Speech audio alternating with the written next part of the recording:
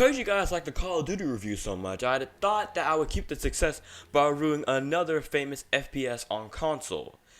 This time around, taking our first look at a game from the Battlefield franchise, Battlefield 1943. Released in 2009 for the PS3 and Xbox 360, Battlefield 1943 is the successor to the very first game in the series, 2002's Battlefield 1942, and return focus on the Second World War, this time in a more epic and revamped way.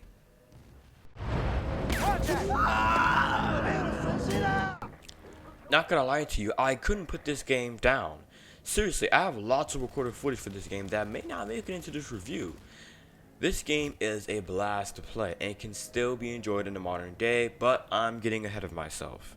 Similar to other Battlefront games and games like Day of Infamy, Battlefield 1943 has no campaign but solely focuses on the multiplayer aspect. So basically the way this works is the game is set in the Pacific theater of the war, and at the beginning of every round you'll either fight for the Imperial Japanese Navy or the United States Marine Corps. The objective for both sides is to fight for control over the three maps available that are based on real-life sites of World War II battles, such as the Battle of Iwo Jima and Wake Island, as well as a Battle of the Coral Sea map that is actually a separate map used for another game mode that we'll talk about later on.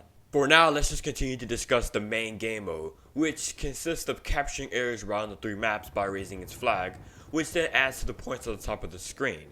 And when a significant amount of map is under your team's control, the enemy force will start to weaken. Once a team's weakened enough, the other team wins the round, and it's pretty much rinse and repeat from there. Now on the surface, this may seem simple, but when you actually start to play, it's a different story. When you spawn into a match and join a team, you're given three classes to choose from: Rifleman, Infantry, and Scout. And since these roles are very similar for both the US and Japan, I'm only going to cover one side since differences on both sides are actually kind of minimal.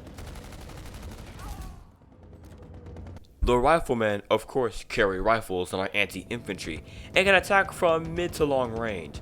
The semi-automatic rifles they use are not only extremely accurate, but powerful. They usually only take about 3 to 2 shots to kill an enemy, especially when a headshot is concerned. This class also comes equipped with quick grenades to attach to the end of the gun to make a quick grenade launcher. Next up is Infantry, which is the class that I use the most during my playtime. They are anti-tank and carry submachine guns, which are good at short range, but they also carry M18 Type 18 recoilless rifles, which are effective for destroying, well, pretty much anything: tanks, building, and of course players. Lastly, there's the Scout class, which is very different class compared to the other two. Its primary purpose is to engage enemy targets at long ranges, while occasionally performing stealth and demolition stuff. They are all armed with bolt-action sniper rifles. That is a weapon that I have mixed feeling towards. On one hand, it does a lot of damage and is good for sneak attacks, but when fighting heads-on, it's a challenge. First of all, this weapon is very slow to aim. In fact, it's even slower than most funeral processions. Like the PSG one from Metal Gear Solid, well, at the time you get your crosshairs on the target, you've already been shot dead by counterfire. This gun is also terrible from firing from the hip, or no scope as they were, as the accuracy from this is extremely low. Now of course this is not the only weapon they carry. They also carry pistols, which is a very decent weapon and deal decent damage. And the last weapon, in my opinion, which is the most effective, is the dynamite packs, which can be used for multiple things like laying traps for vehicles and players. All of these classes have their strengths and weaknesses, but of course it's all up to you to figure out which one is going to be your style. However, one thing that they do have in common is the fact that they all have the ability to commandeer the numerous vehicles in the game, which serve a wide variety of purposes to really turn this into a real-life battlefield. There are anti-aircraft guns for defending stuff like aircraft carriers and capture points. There's fighter planes like the iconic Japanese Zero, landing craft for transporting troops that even come equipped with machine guns for defense, and you can even call in long-range bombers to control for bombing runs on enemy positions. The thing about these vehicles though is be careful when you use them, because you're still susceptible to getting killed, and if you don't know how to control them, you're going to have a hard time. Now, this is actually nothing new for Battlefield. Trust me, controlling planes and military helicopters and something like Battlefield 2 has always been an uphill battle for me, especially considering the fact that they control like I wanted to off myself. But they are something that you will get used to, especially if you play the game a lot, because when used efficiently, they can be used with devastating effects. The Frostbite engine that this game runs on is not only visually impressive, but it's also a technical masterpiece, as it literally is the engine behind Battlefield's destructible environments asset. Everything in the scenery is susceptible to either being blown up from things like grenades to bomb strikes. Buildings, foliage, and sometimes even the very ground you're standing on can and will be destroyed. This is actually a very welcome change from other first-person shooters because it increases the immersion tenfold. Especially about the time you're done with a match that has max players, it'll look quite like a real Battlefield. There's also some batshit crazy stuff that happens in this game because of this. Like, just look at the footage I'm about to show you now and try not to be amazed. This is Try Not to Be Surprised Challenge 1.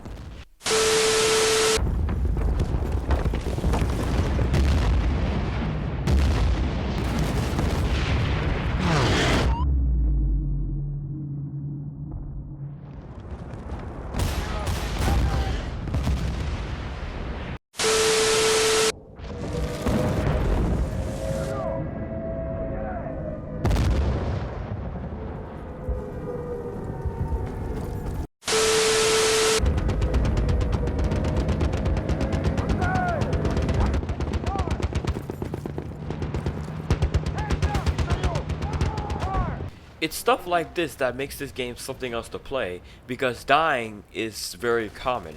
This is why it's important to always use vehicle effectively and to be good on both sides, both defensively and offensively. I mentioned earlier that there's another game mode and it's called Air Superiority, and to go off script here, I didn't even realize this game would existed until I started recording footage for this game now, because I actually been wanted to review this game some time ago, and during that time I actually learned that this game mode is only unlocked after a set series of events have been triggered. In any case, the mode is very similar to that of the main one, where of course you and your team hold territory for as long as possible, but this time around, most of the action will take place in the air, consisting mostly of dogfights and the occasional bombing run. Now we're at the point in the video where I must discuss some of the problems I have with this game, and to be honest, there aren't really any except for the sniper problem. However, I have seen reports that back in the day, this game did have some issues at launch, like unbalanced teams on the PlayStation 3 version and graphical issues on the Xbox 360, but I didn't come across any of these on my copy, which is running on the Xbox One via backwards compatibility, which leads me to believe that all these issues have been fixed. Another thing is the fact that reportedly this game was supposed to have a PC port, and when I was looking on YouTube for all the graphical problems and stuff like that, I came across a trailer released by, I think it was either Activision or somebody else, about a PC trailer for this game. So I don't know what went wrong, but it's kind of a shame because this game would have been killer on PC. In conclusion, to say that I had a blast playing this game would be an understatement. Combined with good looking graphics, destroyable environments, gameplay variety, and everything else, Battlefield 1943 12 years later still kicks a lot of ass. I'm not the only one who thinks so. With over 600,000 copies sold, Battlefield 1943 continues to be a landmark and online FPS, making it more desirable to come back to the ever-changing battlefield. U.S. Marines repelled these marauding Japanese attacks, whilst the Japanese efforts to recapture Henderson Field were thwarted. The American base on Tulagi is continued.